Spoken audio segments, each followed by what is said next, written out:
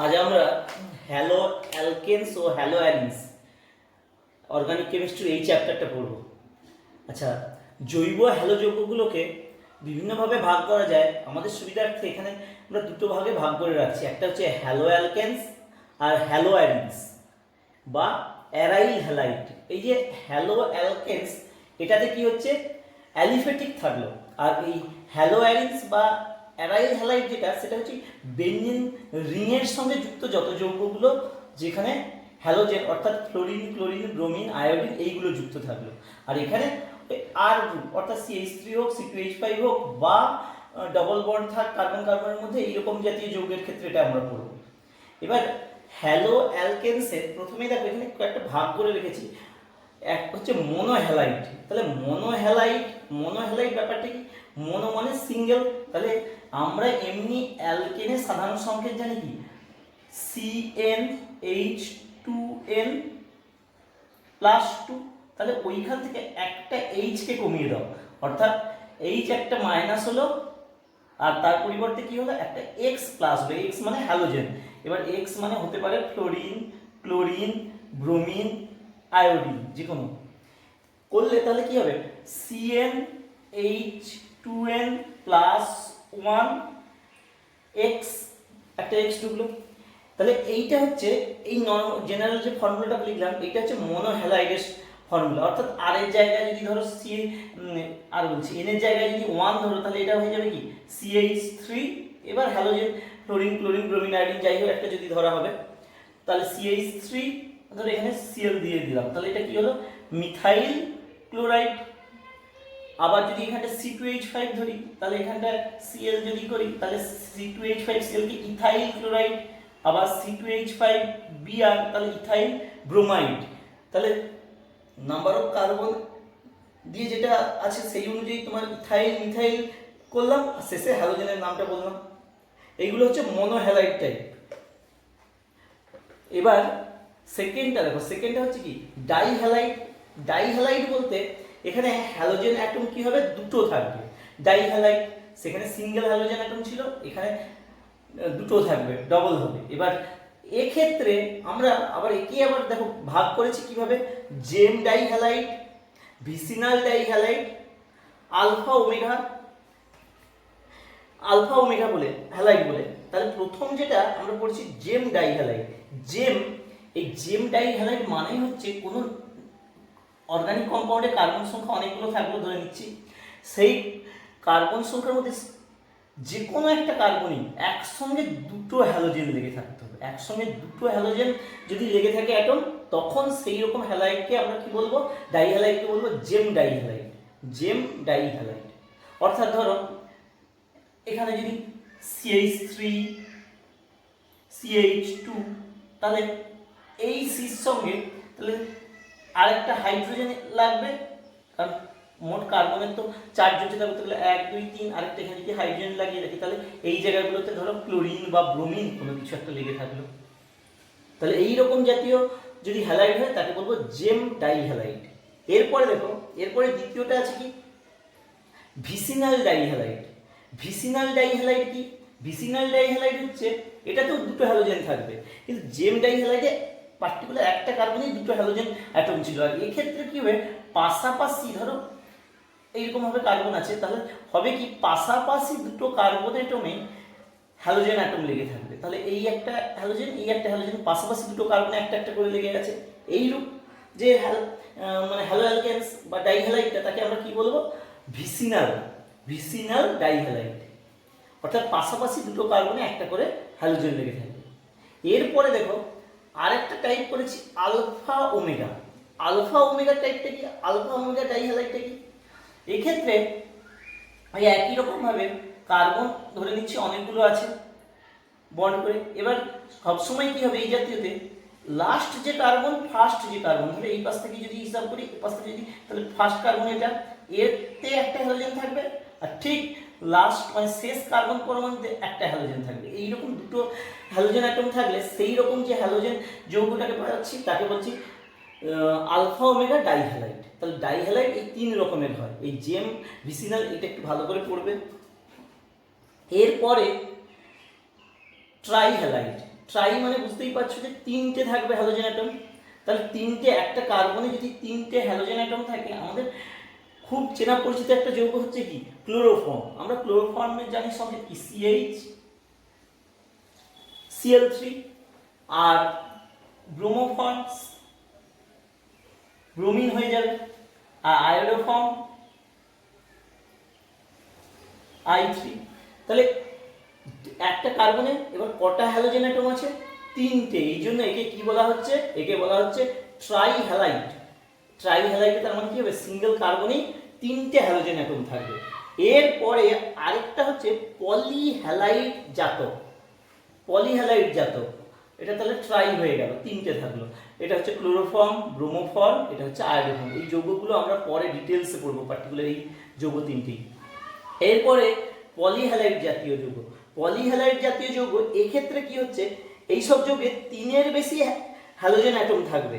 তাহলে সেই রকম কি, ধরো এই যৌগটাতেই যদি ধরি কার্বন, ক্লোরোফর্মে একটা হাইড্রোজেন আর যা আছে ওটাকে বাদ দিয়ে যদি ক্লোরিন করে দিই, এটা কি হচ্ছে? Carbon tetrachloride. তার মানে তিনের বেশি মানে 4 হয়ে যাচ্ছে কার্বন টেট্রাক্লোরাইড। বা পেন্টাক্লোরোইথেন, যেটা পেন্টাক্লোরোইথেন হচ্ছে C2HCl5 পেন্টাক্লোরোইথেন। এইগুলোতে প্রত্যেকটাতে কি আছে? Carbon number of halogen atom, number of halogen atom দেখো তিনের বেশি হয়ে যাচ্ছে। এই জন্য এগুলোকে কি বলা হচ্ছে? পলিহ্যালাইড জাত।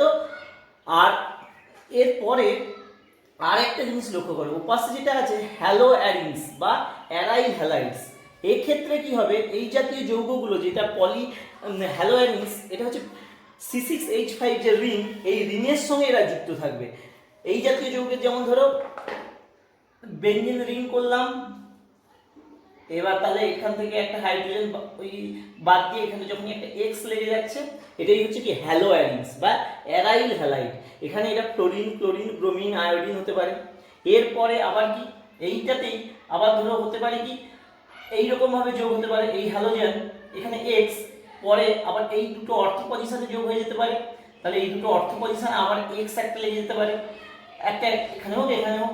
আরও একটা হতে পারে এর আনুষঙ্গিক, সেটা হচ্ছে কি ওই এক্স যেমন থাকলো অর্থ পজিশনে যেমন হলো, তেমনি প্যারা পজিশনে হতে পারে। তাহলে এখানে একটা লাগতে পারে, তাহলে এটা এটা হচ্ছে অর্থ, আর এ পাশে এটা হচ্ছে কি প্যারা পজিশনে প্যারা। তাহলে অর্থ প্যারা দু রকমের হতে পারে এক্ষেত্রে। তাহলে বেঞ্জিন C6H5 রিং এর সঙ্গে যখন এক্স লেগে থাকছে, তখন সেটাকে বলা হচ্ছে কি হ্যালো অ্যারিনস বা অ্যারাইল হ্যালাইড। এই মোটামুটি জৈব হ্যালোযৌগকে এইভাবে আমরা যদি ভাগ করি, তাহলে আমাদের বুঝতে সুবিধা হবে। আচ্ছা দেখো, হ্যালো অ্যালকেনগুলোতে আমরা একটু আগে কি করলাম? এই হ্যালোজেনটার নাম্বার চেঞ্জ করে করে আমরা কি করলাম? হ্যালো অ্যালকেনসকে বিভিন্নভাবে দেখলাম, যে মনো, ডাই, ট্রাই, তারপর পলিতে গেলাম। কিন্তু এবার আমরা এই হ্যালোজেন অ্যাটমটাকে ফিক্সড রাখি, একটাই রাখি। Halogen number of halogen atom একটা রেখে এই হ্যালো অ্যালকেনসকে এবার এই অংশটা অর্থাৎ CnH2n+1, এই যে আর পার্টটা, এই পার্টটাকে আমরা যদি চেঞ্জ করে করে কিভাবে হ্যালো অ্যালকেনসকে আবার ভাগ করা যেতে পারে, ধরো এটাকে কিভাবে চেঞ্জ করব। তাহলে এই প্রথম হচ্ছে আর এর জায়গায় CH3 হলো, তাহলে CH3 হলে এটা কি হচ্ছে? Methyl halide CH3X। এটা হলো কি মিথাইল হ্যালাইড, মিথাইল হ্যালাইড। এরপরে আরেকটা কি করবো? 2 নম্বরে দেখো এইখানে একটা H কে কমাবো, H কমিয়ে একটা R গ্রুপ ধরো, তাহলে R CH কত হবে? এবার 2 হয়ে যাবে X। তাহলে এইটা তখন কি হচ্ছে? আর একটা আর এসে যাওয়া মানে এখানে এটা 1 ডিগ্রি হ্যালো অ্যালকেনস, তাহলে এটা হচ্ছে 1 ডিগ্রি। তারপরে এবার বা প্রাইমারি, এটাকে বলা হচ্ছে 1 ডিগ্রি অ্যালকিল হ্যালাইড বা প্রাইমারি 1 ডিগ্রি অ্যালকিল হ্যালাইড বা প্রাইমারি, এটা প্রাইমারি। এরপরে আর এর জায়গা আর এর সংখ্যা আবার একটা বাড়িয়ে দেবো, তাহলে হাইড্রোজেন কমে যাবে, তাহলে CHX। তাহলে এটা কি হবে? 2 ডিগ্রি অ্যালকিল হ্যালাইড বা প্রাইমারি, এটা হবে সেকেন্ডারি। আবার একবার কি করতে পারি? আর এর জায়গায় আরেকটা আর বাড়িয়ে দিলাম, মানে এই চেঞ্জ করে আর করে দিলাম সির সঙ্গে, তাহলে R3 হয়ে যাবে C, এবার শুধু X। এক্ষেত্রে কি হবে? এটাকে বলা হয় 3 ডিগ্রি অ্যালকিল হ্যালাইড বা প্রাইমারি, সেকেন্ডারি, টারসিয়ারি।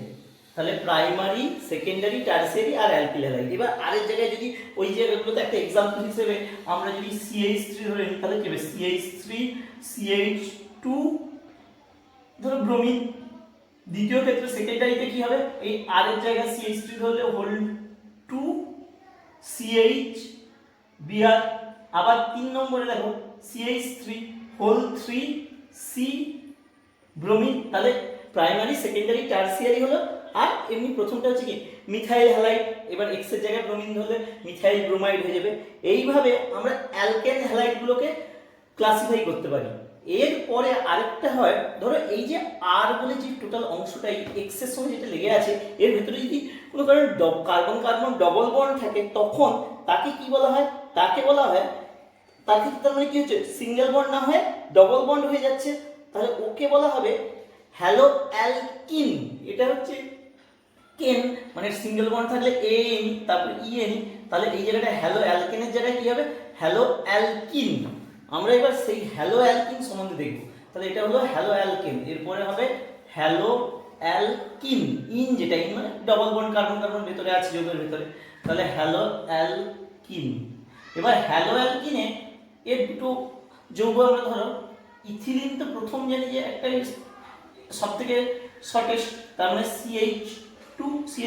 এবার এইখানে একটা হাইড্রোজেনের পরিবর্তে এটাতে কি করে দিলাম, কার্বনের সঙ্গে সরাসরি কোনো একটা X গ্রুপ লেগে আছে। তাহলে X গ্রুপ লেগে থাকলো, তখন এই জাতীয় যে যৌগ, এই যৌগটাকে বলা হচ্ছে, এই জাতীয় বলতে পার্টিকুলার এই যৌগটাকে বলা হচ্ছে যে কি তোমার ভিনাইল হ্যালাইড। Vinyl halide. আর যখনই এটা CH2 ডবল বন্ড CH, এখানটা ধরো ক্লোরিন হয়ে গেল, তাহলে ভিনাইল ক্লোরাইড হয়ে গেল। এটা একটা হলো। এরপরে আরেকটা হতে পারে যে CH2 ডবল বন্ড CH, এই জায়গাটাতে আরেকটা CH2 করে দিয়ে তারপরে X লেগে আছে। অর্থাৎ কি হচ্ছে এক্সটা ঠিক এক্সটা যে কার্বনের সঙ্গে যুক্ত সেই কার্বনের সঙ্গে ডবল বন্ড আছে প্রথমটায়, এরপরটা কি হবে এক্সটা যে কার্বনের সঙ্গে যুক্ত তার পরের পজিশনে আছে। তাহলে এই রকম ক্ষেত্রে এই যৌগটার নাম কি হবে, এটাকে বলা হয় অ্যালাইল। এটার নাম হচ্ছে অ্যালাইল। তাহলে এটার নাম হলো অ্যালাইল। এটা একটু মনে রাখবে, এটা ভিনাইল হ্যালাইড আর এটা হচ্ছে অ্যালাইল হ্যালাইড। এবার অ্যালাইল থেকে হ্যালাইডটা যখন ব্রোমিন হয়ে যাবে, তাহলে অ্যালাইল ব্রোমাইড, ক্লোরিন হলে অ্যালাইল ক্লোরাইড, এইরকম ভাবে নাম হবে। আরেকটা হচ্ছে এরপরে তাহলে এগুলো ডবল বন্ড হলো। এরপরে তাহলে আমাদের হতে পারে কি ট্রিপল বন্ড হতে পারে। ট্রিপল বন্ড হলে কি হবে, তাহলে এটা হ্যালো অ্যালকিন হলো। এরপরে যেটা হবে তাহলে কি হ্যালো অ্যালকাইন। ওয়াই থাকলো হ্যালো অ্যালকাইন। তাহলে ওটা ইন হলে ডবল বন্ড আর আইন হলে ট্রিপল বন্ড। তাহলে এই রকম জাতীয় যৌগ ধরে আমাদের সবথেকে শর্টেস্ট যেটা কার্বন নাম্বার অফ কার্বন দিয়ে অ্যালকাইন হচ্ছে অ্যাসিটিলিন। তাহলে এখানে একটা ক্লোরিন বা ব্রোমিন হাইড্রোজেন বাদ দিয়ে এখানে একটা ব্রোমিন যোগ করে দেবো, তাহলে ব্রোমো ইথাইন এটা হয়ে যাবে। ব্রোমিন যোগ করে দিলে ব্রোমো ইথাইন হয়ে যাবে। ঠিক আছে। এরপরে আরেকটা হতে পারে, ধরো এইখানে এইচ এর জায়গায় একটা CH3 ধরে নিতে পারি, আবার এবার চেঞ্জ করে করে করতে পারি। ধরলে কি হবে CH3 ট্রিপল বন্ড C। তাহলে এখানে ব্রোমিন হোক ক্লোরিন হোক যাই হোক, একটা ক্লোরিন যদি ব্রোমিন যাই হোক ধরো, তাহলে এর নাম কি হবে, এই দিক থেকে শুরু করতে হবে যেহেতু ট্রিপল বন্ড আছে। তাহলে 1 ব্রোমো 1 প্রোপাইন, 1 ব্রোমো 1 প্রোপাইন। এক নম্বর পজিশনে ব্রোমিন আছে আর তিনটে কার্বনের মধ্যে প্রথমটাই তো ডবল বন্ড আছে, ট্রিপল বন্ড আছে, 1 ব্রোমো প্রোপাইন। মোটামুটি এইভাবে তাহলে আমরা কি করতে পারি, হ্যালো অ্যালকেনগুলোকে halo alkane, halo alkene, halo alkyne এইভাবে ভাঙতে পারি বা ভাগ করতে পারি। এর সঙ্গে আরেকটা জিনিস জেনে রাখো, 8টা যদি অ্যালিসাইক্লিক হয়, তাহলে 8টা যদি অ্যালিসাইক্লিক হয়, তাহলে অ্যালিসাইক্লিক বলতে কি হচ্ছে এরকম ভাবে সাইক্লিক ভাবে থাকলো। ধরো এইরকম একটা যৌগ যেখানে কি হচ্ছে একটা হ্যালোজেন X এখানে লেগে থাকলো, এরকম অ্যালিসাইক্লিক হলে এর ক্ষেত্রে কি হচ্ছে এটা হচ্ছে কি সাইক্লোহেক্সেন, তাহলে নাম হয়ে যাবে কি, যদি এটা ক্লোরিন হয় তাহলে ক্লোরোসাইক্লোহেক্সেন, ব্রোমিন হলে ব্রোমোসাইক্লোহেক্সেন, এটা আরেকটা টাইপ। ঠিক আছে, মোটামুটি এইভাবে আমরা hello alkane, halo alkene, halo অ্যালকাইন এই সমস্তভাবে আমরা ভাগ করতে পারি। মোটামুটি এই হচ্ছে এদের শুরুতে ক্লাসিফিকেশনটা। পরে আমরা যেটা শুরু করবো এখানে মেনলি তাহলে আমরা কীরকমভাবে পড়বো অর্গানিকে, যে এই হ্যালো অ্যালকেন হোক যাই বা অ্যারিনস হোক, এদের কী করবো প্রিপারেশান পড়বো, এদের প্রপার্টিজ পড়বো, আর এদের ইউজ কিছু ক্ষেত্রে পড়বো। আর এদের ক্ষেত্রে কী হবে, জেনারেল ফর্মুলা দিয়ে আমরা প্রিপারেশান করবো, পরে পার্টিকুলার কয়েকটা যৌগ ওই যে ক্লোরোফর্ম, ব্রোমোফর্ম, আয়োডোফর্ম এগুলো পড়বো। এখন যাই হোক, হ্যালো অ্যালকেনের প্রস্তুতি। হ্যালো অ্যালকেনের প্রথম যেভাবে আমরা প্রস্তুত করে ফেলতে পারি সেটা হচ্ছে অ্যালকেন থেকে। অ্যালকেন থেকে, তাহলে এইটা আমাদের নিচু ক্লাস মানে ক্লাস 10 বা 11 মোটামুটি ছিল যে মিথেনকে যদি এই বিক্ষিপ্ত সূর্যালোক দেওয়া হয় তাহলে, আর এখানে হ্যালোজেন দেওয়া হয় X2 মানে H নিউ, X2 হোক ক্লোরিন হোক দিলে কি হবে, ধীরে ধীরে একটা করে ক্লোরিন বেরোবে, হাইড্রোজেন বেরোবে, আর একটা করে ক্লোরিন ঢুকবে, তাহলে এইভাবে যেতে যেতে শেষ যে কম্পাউন্ডটা হবে CCl4 কার্বন টেট্রাক্লোরাইড। আর এই রিঅ্যাকশনটা কি হচ্ছে ফ্রি রেডিক্যাল মেকানিজমের মাধ্যমে হয়ে থাকে, অর্থাৎ মুক্তমূলক গঠনের মাধ্যমে হয়ে থাকে। এছাড়া এই রিঅ্যাকশনটাকে আমরা করতে গেলে কি হবে, এইরকমভাবে পরপর তো অনেক যৌগ চলে আসতে পারে, মানে কার্বন ধরো করতে চাইছিলাম মিথাইল ক্লোরাইড, হয়ে যাবে কি CCl4 CH Cl3 ক্লোরোফর্ম, এইভাবে অনেক যৌগ হতে পারে। তার জন্য কি হচ্ছে, যদি আমরা ধরে এই যৌগটা তৈরি করতে চাই তাহলে এখানে ক্লোরিনের পরিমাণটাকে কম দিয়ে মিথেনের পরিমাণটাকে বেশি দিয়ে আমরা কন্ট্রোল ওয়েতে মিথাইল ক্লোরাইড তৈরি করতে পারি। তবে এই পদ্ধতির সমস্যা হচ্ছে এখানে কি হচ্ছে, একসঙ্গে সাইড প্রোডাক্ট অনেক তৈরি হয়ে যায়, তাই এই পদ্ধতি খুব একটা সুবিধার নয়, তবে অনেক ক্ষেত্রে কন্ট্রোল ওয়েতে এটাকে ব্যবহার করা যেতে পারে। এরপরে আচ্ছা, আয়োডিন যদি প্রবেশ, এখানে যদি আয়োডিন আমরা এইভাবে যদি প্রবেশ করাতে চাই তাহলে নর্মাল ওয়েতে হবে না, কারণ আয়োডিন কি হচ্ছে বেশ বড় সাইজের গ্রুপ, পিরিয়ডিক টেবিলে অনেকটা নিচে থাকার জন্য সাইজে বড়, ফলে ও কি হচ্ছে এইভাবে চারটে আয়োডিনকে ধরে রাখা সম্ভব নয় এর ক্ষেত্রে এই পদ্ধতিতে এগিয়ে। যাই হোক, এরপরে আমরা পড়ব যে অ্যালকিন থেকে, এটা হচ্ছে অ্যালকেন থেকে হলো অ্যালকিন, অ্যালকিন থেকে, অ্যালকিন থেকে এটাও 11 একরকম হয়ে আসছে, তাহলে আর ডবল বন্ড CH2, এই অ্যালকিন থেকে আমরা যখনই কোনো প্রস্তুত করার ক্ষেত্রে আমরা এই ক্ষেত্রে যেটা ব্যবহার করব সেটা হচ্ছে ওই আগে হয়েছিল মার্কোনিকফের রুলে, মার্কোনিকফ রুল হয়েছিল 11-এ, সেই পদ্ধতিতে করব, মার্কোনিকফের নিয়মে ব্যবহার করব। ধরো এখানে HBr, আর এখানে ডিটেলসে বলছি না, HBr দিয়ে দিলে কি হবে, তাহলে যেখানে হাইড্রোজেন বেশি সেই জায়গাটায় কি হচ্ছে পজিটিভ পার্ট, এটা প্লাস এটা মাইনাস হলে তাহলে হাইড্রোজেন বেশি কোথায়, ডবল বন্ডের সঙ্গে যুক্ত কার্বন দুটোতে দেখতে হবে। এখানে তাহলে এই কার্বনের সঙ্গে দুটো হাইড্রোজেন, এই কার্বনের সঙ্গে একটা হাইড্রোজেন, তাহলে এখানে তাহলে হাইড্রোজেন বেশি মানে এই জায়গাটায় কি যোগ হবে, তাহলে এই যোগ হয়ে যাবে, আর ব্রোমিনটা এই কার্বনে গিয়ে যোগ হবে, তাহলে আর CH2, এবার এখানটা কি হলো হাইড্রোজেন বেশি আছে মানে পজিটিভটা হাইড্রোজেন যোগ হলো, আর এই জায়গাটায় ব্রোমিন যোগ হলো, এটা একটা হলো। কিন্তু এই একই রিঅ্যাকশনটাকে যদি পার অক্সাইড ব্যবহার করা হয়, পার অক্সাইড, জৈব পার অক্সাইড ব্যবহার করা হয়, তাহলে এখানে HBr যোগ করলে কি হবে, তাহলে এখানে H, তাহলে নর্মাল ওইটা হওয়া উচিত ছিল কি, এই জায়গাটায় H যোগ হতো, এই জায়গাটায় ব্রোমিন যোগ হতো যেখানে ওটা হয়েছিল, এটাতে এটাকে বলে খারাস এফেক্ট। এই পদ্ধতিতে কি হবে, পার অক্সাইড থাকলে বা কোনো জৈব পার অক্সাইড যোগ করলে, অক্সিজেনও থাকলে এক্ষেত্রে, সেক্ষেত্রে কি হবে এইচবিআরটা যে যোগ হবে মার্কোনিকফ নিয়মের অপোজিট নিয়মে, অর্থাৎ যেখানে কার্বনের সঙ্গে সরাসরি ডবল বন্ডের সঙ্গে যুক্ত কার্বনের সঙ্গে হাইড্রোজেন বেশি, সেখানে কি হবে নেগেটিভ পার্টটা যোগ হবে, অর্থাৎ এইচবিআর এর H প্লাস Br মাইনাস, তাহলে এই নেগেটিভ পার্টটা এখানে কার্বন বেশি মানে এই জায়গাটায় যোগ হবে, আর হাইড্রোজেনটা এখানে যোগ হবে, তাহলে আর CH2, তাহলে এখানটায় কি হবে ব্রোমিন হয়ে যাবে, আর এই জায়গাটা হাইড্রোজেন হয়ে যাবে। এইটা হচ্ছে খারাস এফেক্ট, আর এটা হচ্ছে মার্কোনিকফ নিয়মের প্রতিক্রিয়া, বিপরীত ক্রিয়া বলে যেটা, বিপরীত ক্রিয়া। আচ্ছা, এরপরে ধরো এটাতে HCl দেওয়া হয়েছে, তাহলে সাধারণ নিয়মে H প্লাস Cl মাইনাস, তাহলে প্লাস পার্টটা কোথায় যোগ হবে, যেখানে ডবল বন্ডের সঙ্গে যুক্ত কার্বন অ্যাটমে নাম্বার অফ হাইড্রোজেন বেশি, তাহলে ওই আগের নিয়মেই যোগ হবে। তাহলে আর CH double bond C single bond হয়ে গেল CH2, এবার এখানের মধ্যে এখানে হাইড্রোজেন বেশি, তাহলে এইখানটা Cl যোগ হবে, এই জায়গাটা কি হবে হাইড্রোজেন যোগ হবে। এরপরে আবার ওই একই রকম ভাবে যেমন HBr এর পার অক্সাইড দেওয়া হয়েছিল, এটাতেও পার অক্সাইড দেওয়া হবে, পার অক্সাইড দিলে আর এখানটা HCl দিলে।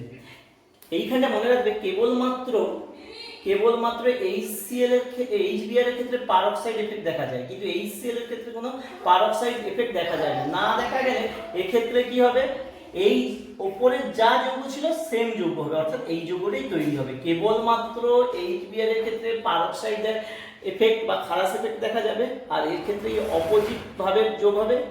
কিন্তু HCl যদি ব্যবহার করা হয় সেক্ষেত্রে সেম ওয়েতে যোগ হবে। যাই হোক, এই মোটামুটি পার অক্সাইড এফেক্ট আর খারাস এফেক্ট এইটা এখানে একটু দেখবে, তবে এখানে 11 যে একটু ডিটেলস হয়েছে ওই জন্য এখানে জাস্ট রিঅ্যাকশনগুলো জেনে রাখবে। এটা হলো অ্যালকিন থেকে হলো। এরপরে আমরা আরেকটা পড়ব অ্যালকেন থেকে হলো, এরপরে হবে অ্যালকোহল থেকে। তাহলে অ্যালকোহল থেকে তাহলে পড়ব কি অ্যালকোহল থেকে অ্যালকোহলের সাধারণ সংকেত কি হয়েছিল, RH বা ধরো CnH2n+1, এটা হচ্ছে OH। এবার এইরকম অ্যালকোহল জাতীয় যৌগের সঙ্গে কিভাবে আমরা কি রিঅ্যাকশন করব করে হ্যালাইড যৌগ তৈরি করব। ধরো ROH, এটা জেনারেল ফর্মুলা লেখা হলো, এখানে কোনো HX যোগ করো, HX যোগ করে দিয়ে এখানে কোনো নিরোধক পদার্থ দাও, নিরোধক পদার্থ মানে যে জলকে টেনে নিতে পারবে, এইরকম পদার্থ দিলে কি হবে, তাহলে এখানে এই যে HX এর মধ্যে Xটা কি করবে, এখানে লেগে গেল, আর H আর OH হয়ে গিয়ে জল তৈরি করলো। জলটা যাতে রিঅ্যাকশন মিডিয়াতে না থাকে তার জন্য কি হবে, কোনো নিরোধক পদার্থ দিয়ে দেওয়া হলো, দিয়ে দিলে শুধু পড়ে থাকবে কি আর X তৈরি হয়ে গেল, তাহলে অ্যালকিল হ্যালাইড হলো। এবার এখানটা একটু জেনে রাখবে, এই অ্যালকিল হ্যালাইডের রিঅ্যাকশন করার প্রবণতাটা কি হবে, রিঅ্যাকশন করার ক্ষেত্রে HX এর যে রিঅ্যাক্টিভিটি অর্ডারটা কি হবে, এখানে তো ক্লোরিন সব কিছু ব্যবহার করতে, HF, HCl, HBr, HI, তাহলে কে সহজে রিঅ্যাকশন করবে। দেখো সহজে রিঅ্যাকশন করার ক্ষেত্রে এখানে একটা যেটা হচ্ছে, এই বন্ডটাকে তো ভাঙতে হবে, তাহলে বন্ড এনার্জির দিক দিয়ে সব থেকে বন্ড এনার্জি বেশি কার, HF এর ক্ষেত্রে, তাহলে এ কম ভাঙবে, আর সবচেয়ে বন্ড এনার্জি কম HI, তাহলে HI রিঅ্যাকশন করার যে সম্ভাবনাটা সেটা বেশিই থাকবে, তাহলে রিঅ্যাক্টিভিটি অর্ডার কি হবে, এইভাবে থাকবে, HF এর সবচেয়ে কম। মোটামুটি তাহলে এইভাবে আর X তৈরি করা যেতে পারে ROH থেকে। এবার আরেকটা জিনিস, যদি আমরা এখানে রিঅ্যাকশন করার ক্ষেত্রে যে আর ব্যবহার করব, এই আর যে ব্যবহার করব, আর তো হতে পারে তো মাঝে 1 ডিগ্রি 2 ডিগ্রি 3 ডিগ্রি কার্বোকেটাইন বিভিন্নভাবে হতে পারে। সেক্ষেত্রে তাহলে 1 ডিগ্রি 2 ডিগ্রি সক্রিয়তার ক্রম যদি দেখি, তাহলে আমরা জানি কি 3 ডিগ্রি 2 ডিগ্রি 1 ডিগ্রি এইরকম ভাবে কার্বোকেটাইনের স্থায়িত্বের ক্রম আছে। তাহলে কার্বোকেটাইন 3 ডিগ্রি সবচেয়ে বেশি স্থায়ী, তাহলে যে অ্যালকিল হ্যালাইডটা তৈরি হবে সেই অ্যালকিল হ্যালাইডটা সবচেয়ে বেশি স্থায়ী হবে ওই 3 ডিগ্রি দিয়েই হবে। তাহলে 3 ডিগ্রি অ্যালকিল হ্যালাইড সবথেকে বেশি স্থায়ী যদি হয়, তাহলে আর আরটা যখন 3 ডিগ্রি হয়ে যাবে, এই অ্যালকিল হ্যালাইডটা তখন কি হবে, বেশি স্থায়ী হবে, তারপর 2 ডিগ্রি, তারপর 1 ডিগ্রি, এইভাবে করা যেতে পারে। এরপরে এই অ্যালকিল হ্যালাইড যে আমরা তৈরি করব, অ্যালকিল হ্যালাইড তৈরি করার ক্ষেত্রে কিছু হ্যালোজেন অ্যালকোহল থেকে কিছু এক্সাম্পল যদি আমরা ধরো CH3 ethyl hydroxide, CH3CH2OH ethyl alcohol যেটাকে বলা হচ্ছে, এই ইথাইল অ্যালকোহলে HCl যোগ করলাম, আর যোগ করলাম অ্যানহাইড্রাস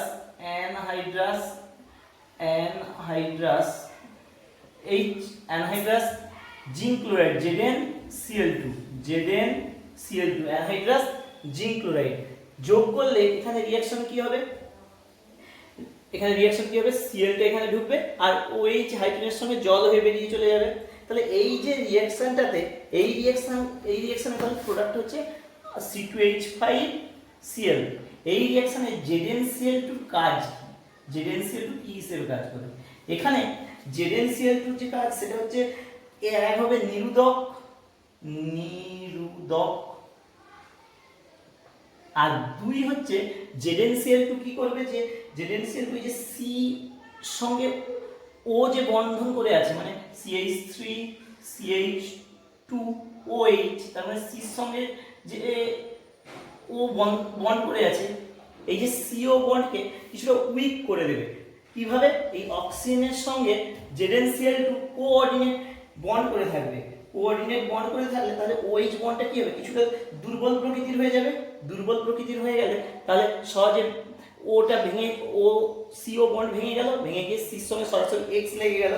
আর এই রিঅ্যাকশনটা SN2 পাথওয়েতে হয়, SN2 তে হয়। এগুলো SN1 SN2 পরে আবার একবার হবে, এই চ্যাপ্টারেই আছে হবে। যাই হোক, তাহলে জিঙ্ক ক্লোরাইডের কাজটা হচ্ছে আর নিরোধক হিসেবে কাজ করবে। 2 হচ্ছে এই CO বন্ডের ক্ষেত্রে ওর সঙ্গে কোঅর্ডিনেট বন্ড করে থাকবে, জিঙ্ক করে থাকলে ওই CO বন্ডকে দুর্বল করে দেবে, উইক হয়ে গেলে সহজে SN2 রিঅ্যাকশন ভালো হবে। এই হচ্ছে জিঙ্ক ক্লোরাইডের দুটো কাজ এক্ষেত্রে। এছাড়া আরেকটা, এখানে আরেকটা ওই জিঙ্ক অ্যানহাইড্রাস জিঙ্ক ক্লোরাইড দিয়ে যদি ওই সেম রিঅ্যাকশন আরেকটা যদি করা হয়, সেটা হলো আইসোপ্রোপাইল অ্যালকোহলের ক্ষেত্রে। আইসোপ্রোপাইল অ্যালকোহল কি CH3COH, তারপরে নিচে CH3 এই যৌগটার ক্ষেত্রে কি হবে, এই যৌগটার ক্ষেত্রে তাহলে আইসো বলা হচ্ছে কেন, এটা 2 ডিগ্রি হওয়ার জন্য 2 ডিগ্রিকে আমরা আইসো হিসেবেও বলতে পারি। আইসোপ্রোপাইল অ্যালকোহলের ক্ষেত্রে কি হচ্ছে, এই OH-টা উঠে গিয়ে এখানে কি হবে, ওই একই রকম ভাবে এখানে রিঅ্যাকশন হবে কি, Cl ঢুকে যাবে, অর্থাৎ CH3H, এই জায়গাটা কি লেগে যাবে, Cl হয়ে যাবে। তাহলে আগের মতো রিঅ্যাকশন। এই রিঅ্যাকশন দুটো একটু জেনে রাখবে। এছাড়া টারসিয়ারি হলেও, এটা হচ্ছে সেকেন্ডারিতে হলো, তো এখানে যদি টারসিয়ারি হতো, অর্থাৎ এখানে আরেকটা যদি H এর পরিবর্তে CH3 হয়ে যেত, তাহলে সেখানেও কি হবে, সেম রিঅ্যাকশন হবে। তবে রিঅ্যাকশনের যে গতিটা সেটা কি হবে, একটু চেঞ্জ হবে। এখানে আর এই যে অ্যানহাইড্রাস জিঙ্ক ক্লোরাইড দেওয়া হয়েছিল না দিয়ে, তখন কি করব, কেবলমাত্র শুধু কনসেন্ট্রেট HCl দিলেই হবে। তখন কেবলমাত্র কনসেন্ট্রেট HCl দিলে হবে, কারণ যেহেতু 3টে আর গ্রুপ এক্ষেত্রে চলে আসছে। ঠিক আছে, এই অংশটা একটু পড়বে তাহলে। এই হলো মোটামুটি হ্যালো অ্যালকেন, হ্যালো অ্যালকোহল থেকে হ্যালো অ্যালকেনের প্রস্তুতি। এরপরে আরেকটা করা যেতে পারে PCl5 ব্যবহার করে। তাহলে PCl5 ব্যবহার করে, তাহলে PCl5 ব্যবহার করে বলতে ধরো আর OH, এটাতে PCl5 দিয়ে দাও, PCl5 দিলে কি হবে, RCl হয়ে যাবে, আর POCl3 প্লাস HCl তৈরি হয়ে যাবে। এই রিঅ্যাকশনটা একটু মনে রাখবে। এবার আর এর জায়গায় তুমি কয়েকটা গ্রুপ, যেমন ধরো C2H5 ধরতে পারো, আর এর জায়গায় ধরতে পারো CH3 CH হিসেবে ধরতে পারো, যেমন ইচ্ছা ধরো, সেম প্রোডাক্ট হবে, মানে সেম ওয়েতে রিঅ্যাকশনটা হবে। এটা PCl5 দিয়ে এইভাবে রিঅ্যাকশন করা যেতে পারে। এরপরে আরেকটা প্রিপারেশন আছে, এই প্রিপারেশনটা খুব ইম্পর্টেন্ট। এই প্রিপারেশনটার নাম হচ্ছে হান্স ডিকার বা হুন্স ডিকার বলে। হান্স ডিকার বা হান্স ডিকার, বা একে আরেকটা নাম হয় বোরোডিন হান্স ডিকার। বোরোডিন Hans ডিকার, বোরোডিন Hans ডিকার। এই রিঅ্যাকশনটা ভালো করে বলবে, এটা খুব ইম্পর্টেন্ট। বোরোডিন হান্স ডিকার, এই রিঅ্যাকশনটাতে কি করা হয়, কার্বন টেট্রাক্লোরাইড দ্রবণে কি করতে হবে, কার্বন টেট্রাক্লোরাইড দ্রবণে CCl4 দ্রবণ নেব। দ্রবণ নিয়ে ওই দ্রবণে ক্লোরিনের সঙ্গে বা ব্রোমিনের সঙ্গে কোনো ফ্যাটি অ্যাসিডের সিলভার লবণ, ক্লোরিন বা ব্রোমিনের কোনো ফ্যাটি অ্যাসিডের সিলভার লবণ নেব। নিয়ে যদি রিঅ্যাকশন করানো হয়, তাহলে এক্ষেত্রে অ্যালকিল হ্যালাইড তৈরি হয়। তাহলে COOH, তাহলে ফ্যাটি অ্যাসিডের সিলভার লবণ, এটা কার্বন টেট্রাক্লোরাইডে ক্লোরিন বা ব্রোমিনের সঙ্গে যদি রিঅ্যাকশন করানো হয়, এটা ব্রোমিন বা ক্লোরিন যে কোনো হোক, এক্সট্রা যদি রিঅ্যাকশন করানো হয়, তাহলে এক্ষেত্রে কি হবে, এক্ষেত্রে তাহলে ওই জায়গাটা কি হবে, RX তৈরি হয়ে যাবে। তাহলে RX বলতে RCl হতে পারে, RBr হতে পারে। আর প্লাস এর সঙ্গে হয়ে যাবে কি এজি তোমার বিআর বা এজিসিএল হয়ে গেল, AgCl plus carbon die oxide তৈরি হয়। এই যে রিয়াকশনটা, এই রিয়াকশনটাতে কি হয় যে প্রথম আর সি ডবল এজি এই জিনিসটাকে আমরা তৈরি করতে পারি। তৈরি করবো কিরকম ভাবে, আর সি ডবল এইচ মানে কোনো কার্বক্সিলিক অ্যাসিড নিলাম, তার সঙ্গে অ্যামোনিয়াম হাইড্রোক্সাইড NH4 OH দিয়ে রিয়াকশন করো, করলে কি হবে NH4 প্লাসটা এখানে চলে যাবে আর ওটা জল হয়ে যাবে, তাহলে R C double O NH4 ammonium হলো, অ্যামোনিয়াম সল্ট হয়ে গেল অ্যাসিডের।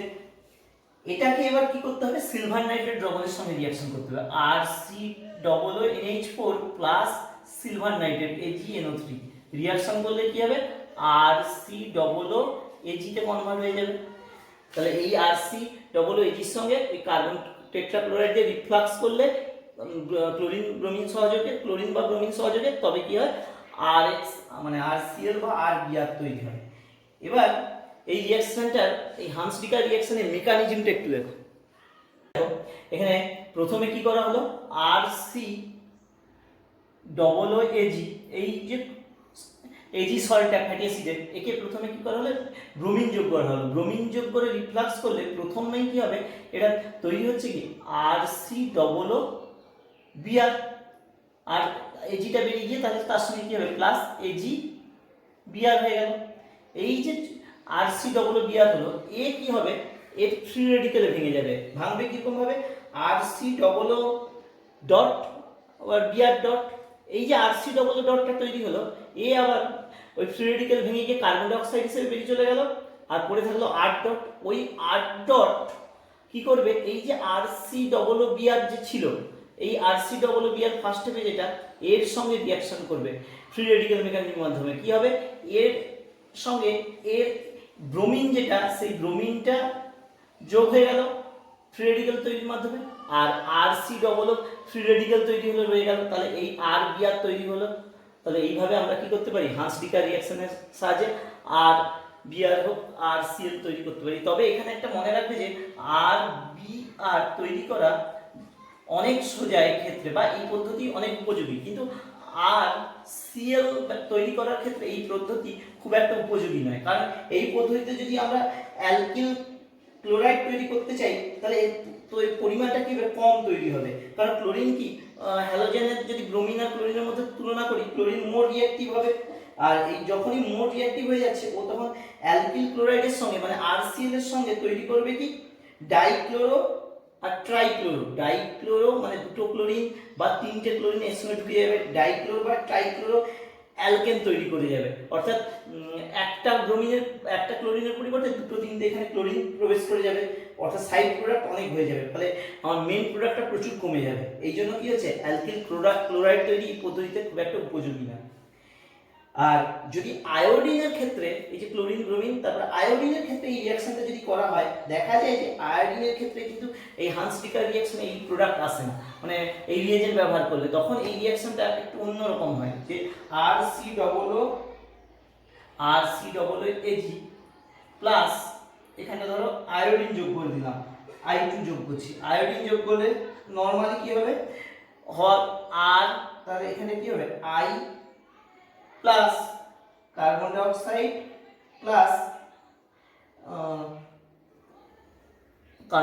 প্লাস এজি আই তৈরি হলো, এজিআই এর সঙ্গে এই যে যৌগটা R C double O A G এ কি করবে যেহেতু আয়োডিন আছে তার জন্য এই যে তৈরি হওয়া আর আই এর সঙ্গে আর আই মানে অ্যালকিল আয়োডাইড যে তৈরি হলো এর সঙ্গে আবার রিঅ্যাকশন করে যাবে, করে গিয়ে কি করবে এস্টার তৈরি করে দিবে, তাহলে আর সি ডবল ও আর প্লাস এজিআই তৈরি হয়ে যাবে। অর্থাৎ তাহলে আর সি ডবল এজির সঙ্গে আয়োডিন রিঅ্যাকশন করলে প্রথমে কি হচ্ছে আর আই তৈরি হয়ে গেল, কিন্তু এই রিঅ্যাকশনে যে আর আইটা ও আবার কি করবে আর সি ডবল এজির সঙ্গে আবার রিঅ্যাকশন করে যাবে, করে কি এস্টার প্লাস এজিআই তৈরি করে যাবে। এই জন্য আয়োডিন এই মানে অ্যালকিল আয়োডাইড এই পদ্ধতিতে তৈরি করা যায় না, এই পদ্ধতিতে এস্টার তৈরি হয়ে যায়। আর একটা রিঅ্যাকশন এক্ষেত্রে একটা বলে রাখি, এই যে রিঅ্যাকশনটা হলো এই যে আর সি ডবল ও এজির সঙ্গে আয়োডিনের যে রিঅ্যাকশন এই যে রিঅ্যাকশনটা এই রিঅ্যাকশন এই যে এস্টার তৈরি হলো এই রিঅ্যাকশনটার একটা নাম আছে, এই রিঅ্যাকশনটার আর একটা নাম, এর নামটা হচ্ছে সিমোনিন রিঅ্যাকশন। সিমোনিন, সিমোনিন বিক্রিয়া, সিমোনিন বিক্রিয়া। তাহলে হান্সডিকার রিঅ্যাকশন এটা হচ্ছে মেকানিজম। আর যখনই আয়োডিন তৈরি করতে যাবো তখন কি হচ্ছে, এখানে এস্টার তৈরি হয়ে গেল, আর তখনই এই রিঅ্যাকশনটার নাম হয়ে যাচ্ছে সিমোনিন রিঅ্যাকশন। এইটা সিমোনিন রিঅ্যাকশন। তাহলে এই হলো হান্সডিকার রিঅ্যাকশন। হান্সডিকার রিঅ্যাকশনে একটা জিনিস হয়েছিল কি, যে হান্সডিকার রিঅ্যাকশন ছিল RCOOAG। এটাতে আমরা কি ব্যবহার করেছিলাম, RCOOAG তে তোমার কার্বন টেট্রাক্লোরাইড দেওয়া হয়েছিল সলভেন্ট হিসেবে, আর এটাতে ব্রোমিন যোগ করা হয়েছিল। ব্রোমিন যোগ করতে Br তৈরি হয়েছিল। অর্থাৎ এক্ষেত্রে নাম্বার অফ কার্বন অ্যাটম রিঅ্যাকটেন্টে যা ছিল প্রোডাক্টে গিয়ে 1 কার্বন অ্যাটম কি হলো, কমে গেল। এই পদ্ধতিতে তাহলে কি হচ্ছে, কার্বন অ্যাটম ডিক্রিজ করা যায়। এটা একটু জেনে রাখবে। এছাড়া আরেকটা জিনিস, আচ্ছা আরও কয়েকটা পদ্ধতিতে আমরা তৈরি করতে পারি। যদি ROH অ্যালকোহল নেওয়া হলো, নিয়ে এটাতে সালফিউরিক ক্লোরাইড SO2Cl2, এই হ্যাঁ SO2Cl2 যদি দেওয়া হয়, সরি থায়ামিল ক্লোরাইড, SOCl2 থায়ামিল ক্লোরাইড দিলে এক্ষেত্রে কি হবে, থায়ামিল ক্লোরাইডের সঙ্গে রিঅ্যাকশন হয়ে গিয়ে RCl তৈরি হবে। থায়ামিল ক্লোরাইড থেকে RCl প্লাস এখানে সালফার ডাই অক্সাইড SO2 হয়ে যাবে, আর HCl হয়ে যাবে, SO2 প্লাস HCl। কিন্তু এই যে রিঅ্যাকশনটা আমরা করছি, এই রিঅ্যাকশনটা এই সাইড প্রোডাক্টগুলো অত জরুরি নয়। তাহলে যাই হোক ROH থেকে SOCl2 মাধ্যমে আমরা কি তৈরি করতে পারি, RCl। এছাড়া যদি কোনো কম্পাউন্ডের ডবল বন্ড থাকে, ধরো CH2 ডবল বন্ড CH3, এই যৌগটাতে আমরা যদি সালফিউরিল ক্লোরাইড দিই, সালফিউরিল ক্লোরাইড, থায়ামিল ক্লোরাইডটা দেওয়া হয়েছিল, এবার যদি সালফিউরিল ক্লোরাইড SO2Cl2 দেওয়া হয়, দিলে কি হবে, এক্ষেত্রে রিঅ্যাকশনটা কি হবে, ডবল বন্ডে কোনো পরিবর্তন হবে না, কেবলমাত্র এই যে তার সঙ্গে যুক্ত এই যে সিঙ্গেল বন্ড CH3, এখান থেকে একটা কার্বন কমে যাবে, এই কার্বন বলছে হাইড্রোজেন কমে গিয়ে একটা ক্লোরিন প্রবেশ করবে, অর্থাৎ CH2 double bond CH single bond CH2Cl তৈরি হয়ে যাবে। এটা হলো। এরপরে আরেকটা, এটা খুব ইম্পর্টেন্ট, NBS ব্যবহার করে। NBS এর পুরো নাম কি, N bromo সাকসিনামাইড, N bromo সাকসিনামাইড।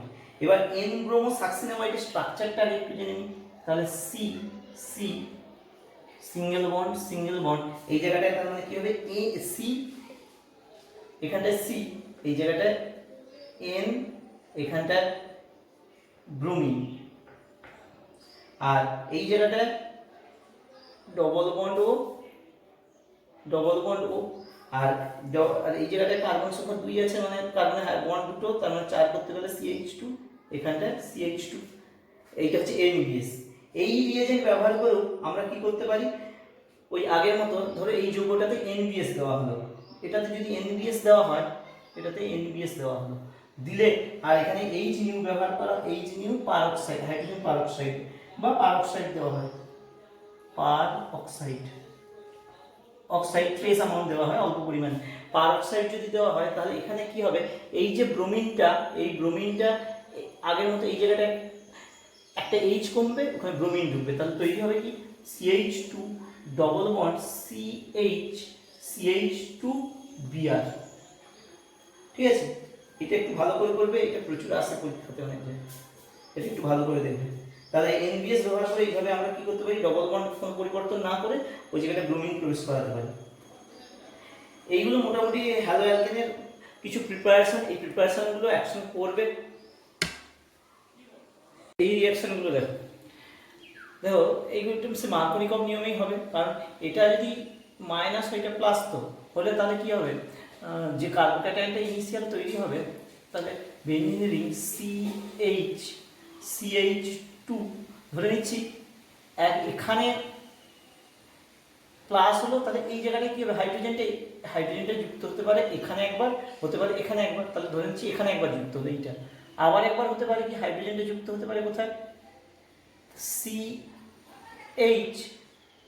CH2, এই জায়গাটা হাইড্রোজেন যুক্ত হয়েছে, তাহলে প্লাসটা কোথায় হবে, এখানে। তাহলে এখানটা দেখো, এটা হচ্ছে 1 ডিগ্রি কার্বোক্যাটায়ন, আর এটা হচ্ছে কত, 2 ডিগ্রি কার্বোক্যাটায়ন হচ্ছে না, দুটো দুপাশে আছে 2 ডিগ্রি কার্বোক্যাটায়ন। তাহলে এই কার্বোক্যাটায়নটা কি হচ্ছে, মোর স্টেবল হবে, তাহলে যে প্রোডাক্ট হবে, তাহলে Br মাইনাসটা লাগবে কোথায়, এই জায়গাটাতে। তাহলে যে প্রোডাক্টটা পাওয়া যাবে সেটা কি হবে তাহলে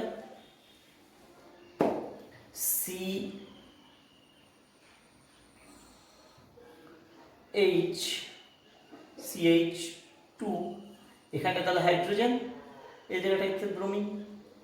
আর এই জায়গাটা দেখো, এটাতে সেই HBr দেওয়া আছে, কিন্তু এক্ষেত্রে সেই পারঅক্সাইড দেওয়া থাকার জন্য অপোজিট ওয়েতে লাগবে। তাহলে অপোজিট ওয়েতে লাগলে CH, কারণ এটা হচ্ছে ফ্রি রেডিক্যাল মেকানিজমের মাধ্যমে হয়। সি, তিনটে সি, তাহলে এই জায়গাটা ডবল বন্ড আছে। আচ্ছা, এইটা CH2 আর এটা CH। এবার কি হবে, যে ডবল বন্ডের সঙ্গে যুক্ত কার্বন দুটোর মধ্যে যেটা হাইড্রোজেন বেশি সেটাই নর্মাল হইতে হয় প্লাসটা লাগা উচিত ছিল, কিন্তু এখানে অ্যান্টি মার্কোনিকভ হওয়ার জন্য প্লাসটা কোথায় লাগবে, যেখানে হাইড্রোজেন কম, বা হ্যাঁ হাইড্রোজেন কম, তাহলে এই জায়গাটা ব্রোমিন এইরকম। আচ্ছা, এরপরে এটা দেখো, এইটা আমরা সেই একটা রিঅ্যাকশন করেছিলাম, এটা হচ্ছে গ্রোভের প্রসেস হয়েছিল না একটা। গ্রোভের প্রসেস বলতে HCl গ্যাস, ও আচ্ছা সরি, এই যে এইটা HCl গ্যাস আকারে দেওয়া থাকলে তাহলে সেক্ষেত্রে কি হয়, এই OH-টা উঠে গিয়ে এটা হচ্ছে প্রসেস। HCl গ্যাস আকারে দেওয়া থাকলে OH-টা উঠে গিয়ে ওখানে Cl লেগে যাবে। তাহলে এটা OH, এখানটা CH2 আর এই জায়গাটা Cl। আর এটার ক্ষেত্রে দেখো, এটাতে যখন ব্রোমিন দেওয়া হবে, ব্রোমিন দিলে এটা কি হবে, এই ব্রোমিনটা সরাসরি এখানে এই যে CH3 থেকে একটা হাইড্রোজেনকে বের করবে, বের করে ওইখানে CH2 Br হবে, আর এখানটায় NO2। এই রিঅ্যাকশনগুলো একটু দেখবে।